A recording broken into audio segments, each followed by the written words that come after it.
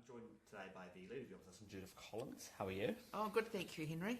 You started this year telling your MPs, not far from here, to not set small stuff, not chase every car or distraction that the government might put out there, to challenge the government on issues that really matter.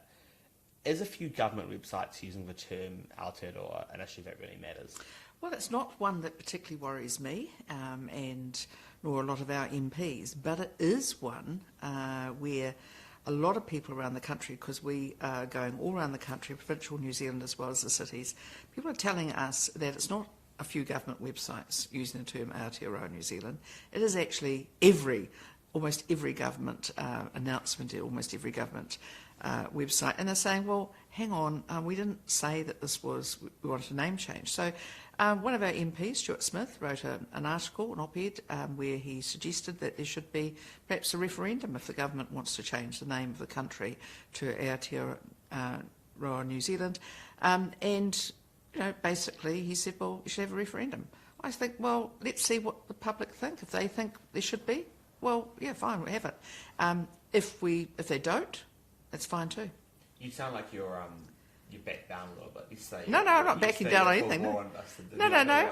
I'm very happy to say that New Zealanders are telling me all around the country that they feel that this government is just doing stuff that they've never campaigned on. They're saying they want to be part of any debate on it. They want to demand the debate. And they do want to be able to say, hang on, if you're going to change the name of New Zealand on a de facto basis, well, maybe you should put it to the people. Your government put it on passports, which is about as official as the document gets. The Reserve Bank put it on money while you're in power. They're obviously independent, but, you know, didn't seem like you had an issue with it at the time. You used it when you were FD. Yeah, always happy to. It seems like it was already kind of the de facto, you know, second name for New Zealand when you were in government.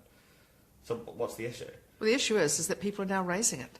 So they're raising it as an issue because they feel that it's everything now. But I'm sure people raise issues like 1080 with you. It doesn't mean that you think that they should be voted on. No, well, the people who raise 1080 have a very particular mindset, and they have their concerns, but the alternative to that is something much worse, which is possums everywhere. So clearly this is something that people are feeling that they are not having a say, and if they do say what they think, then they're suddenly told that they're old-fashioned, they're racist, they're something else, and they're saying, look, we didn't know about this. If you're going to change it, ask us.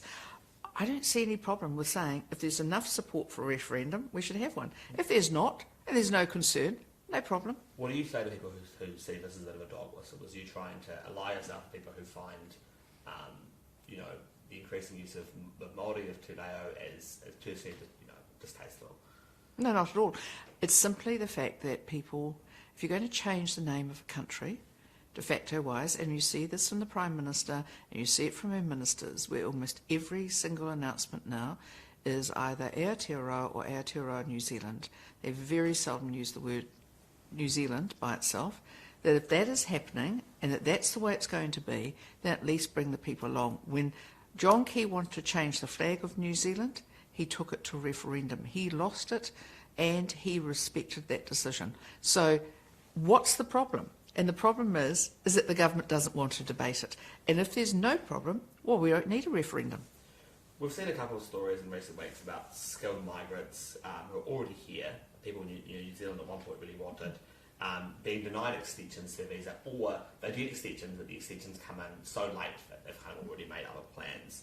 Oliver Hartwick from New Zealand Initiative has proposed basically a blanket amnesty for them. What do you make of that idea? I think that that is well worth exploring. In fact, the National Party, as we're going around the provincial New Zealand and elsewhere, and in the cities as well, we're hearing constantly skilled people, skilled migrants who have come here on a particular visa. They've done everything right, and they're either split from their families because their families can't get in here, or else they're in this limbo of waiting and waiting and waiting to see if they can get an extension. It is playing havoc with their mental health. It's playing havoc with their ability to get on and buy a home or even to have any permanency. And their employers are saying, hang on, where are we going to get these skilled migrants? It's, you know, we're talking about engineers, medical doctors, nurses, people we need and we've got the government sitting back saying, oh, well, you can just sit there in limbo. It's not fair. And the other thing too, Henry, is that we have, as you know, we are in competition for skilled people. So we not only have Australia out there trying to rush in through the RSE workers that New Zealand's been messing around with for, the last year, but they're also very happy to take all the other skilled migrants.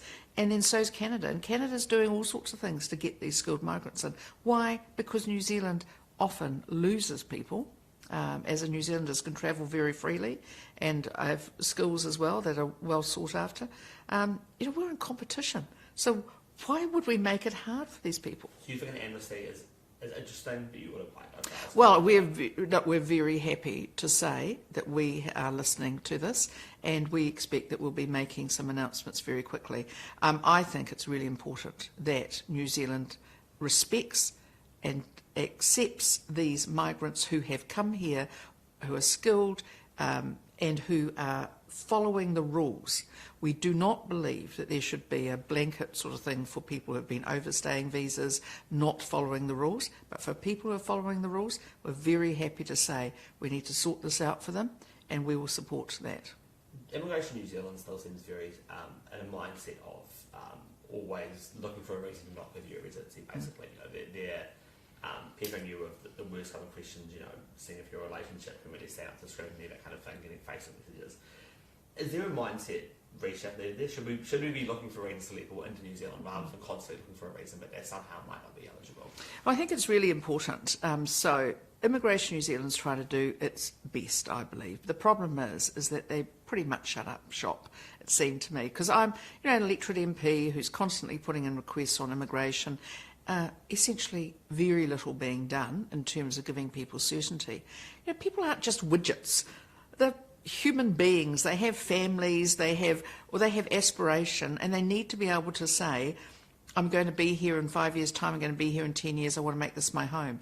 We've got people now who are seriously, skilled migrants, seriously thinking that they have to go back to South Africa or back to India or back somewhere else, having sold up everything they had, because actually they've got no permanency here. We've got 18, 19-year-old kids who can't go to university or go to get a job or even volunteer because they're not on the visa that allows them to, because they've been waiting now for years, last couple of years, for anything from Immigration New Zealand. So, do I feel it is wrong the way that these people have been treated? Yes. It's wrong for them. It's wrong for the employers. It's actually wrong for our country. And for a country that prides itself on trying to do the best that we can for people, it is a disgrace. So more funding for Immigration New Zealand? Well, no, I think Immigration New Zealand needs to... There's an operational issue as well as a policy issue. Oh, no, come on. They've got... You've got 10,000 more bureaucrats in Wellington. Don't give me that one. They just need to have a different mindset, and that mindset needs to be about what's the best interest of New Zealand. So we've had the government saying now for the last, 4 years, oh, we don't need all these people so much. Labour came in with the Greens and New Zealand First in 2017 on an anti-immigration, Chinese-sounding names rhetoric. That anti-immigration feeling hasn't gone away from them. And you can see it in what's been going on. Don't treat the people who are working in our care homes, our rest homes, all these places, like they're dirt. They're not. They're good people doing a job. And the government's view that you can just pay New Zealanders more and they'll do it. No, they won't. And we've seen that time and time again. So, look, it's ridiculous that the government has allowed this to end up in a situation where it is. On immigration, kind of zooming out, you're talking about the government's kind of general anti-immigration, vibe over the last 4 years. Do you think New Zealand, just, zooming out a bit, needs more people? Should we be aiming to grow the country to 6 mil, 7 mil, reasonably fast? We've got an aging population, there'll be more jobs, like care homes needed. Should we be trying to grow? Well, I think that we, New Zealanders, still have to have a debate about that. What I'm sensing from New Zealanders is that they mostly like the immigrants who are here, the migrants who have come in. They mostly respect the skills that they're bringing, and they understand the energy and drive that comes with that. But when you've got an infrastructure deficit like we have in transport and all sorts of areas, and housing, the issue is always, are you building enough houses? Are you doing this? Do you have the roads? And what we've seen from the government is almost nothing done on those. So, yeah, I think there's some concern about that. Do you increase immigration? Only if you have the infrastructure, and only if you get to keep the things you love about New Zealand, which is, so much of our wilderness, our areas of natural beauty, those things. It's basically empty, right? I mean, we're roughly the same size as the UK. We are. We're actually bigger than the UK physically, and we have a population smaller than Melbourne. Yeah, and we fine. still, and we do, but we need infrastructure. We used to be known for having really good infrastructure. In the 70s, 60s and 70s, enormous amounts of effort put into infrastructure around renewable energy, around roading, all these things done. And in the 80s and 90s, it was, the new way of basically cutting the costs on things and everything else. Not much actually got done in terms of that. That's why when we were at last in government under John Key, we put a big effort into infrastructure. So we got roads built, we doubled the size of the length of motorways, we did the ultra-fast broadband, massive infrastructure. And it was really important. Since then, pretty much nothing has been done.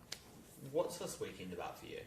Oh, well, it's... the National Party Conference this weekend. For the Yes, it is. So there's National Party Conference. We also have a special general meeting that, because of the last COVID lockdown, we were going to have it in Wellington, then we had a level 2 lockdown here, so we had to push that into the AGM, our annual general meeting. There's going to be some rule changes discussed, or possible rule changes discussed. There will also be board elections, which is going to be quite significant, because we have, from memory, we've got 3 board members of the National Party directors, board members standing down. So there will be significant change on the board. So these are times of renewal, but there's also times of, I think, quite a lot of rejuvenation in many ways, because we have, I think, around 700 people have booked in for this. And it's in Auckland, Manukau. We'd like there to be no lockdowns this weekend. Thank you, Jacinda. Well, just about every time we've had anything organised, it's ended up in a lockdown. So no more of those, thank you. And I expect there'll be a lot of interest and a lot of excitement, and I'm really looking forward to it. I'm working on my speech for it, because I, of course, have a major speech on Sunday. Is it about you listening to members this weekend, or is it about, them listening to you, I guess? I guess in many ways it's both. So I go out a lot to visit our members. So I do a lot of functions, our Super Blues meetings, our meetings with members, our business club meetings, all sorts, a lot of them every week. And so I'm listening to them too. But I think this weekend's also very good for us as a party to listen to each other. And of course, I will, have a speech about the way I see things moving and the direction of travel over the next 2 years. But it's very important for us to listen. We're a party of volunteers. People don't have to join us. We're not the Labour Party, where people get signed up basically through their union, whether they like it or not. We're only there because of our volunteers. Judith Collins, Thank you.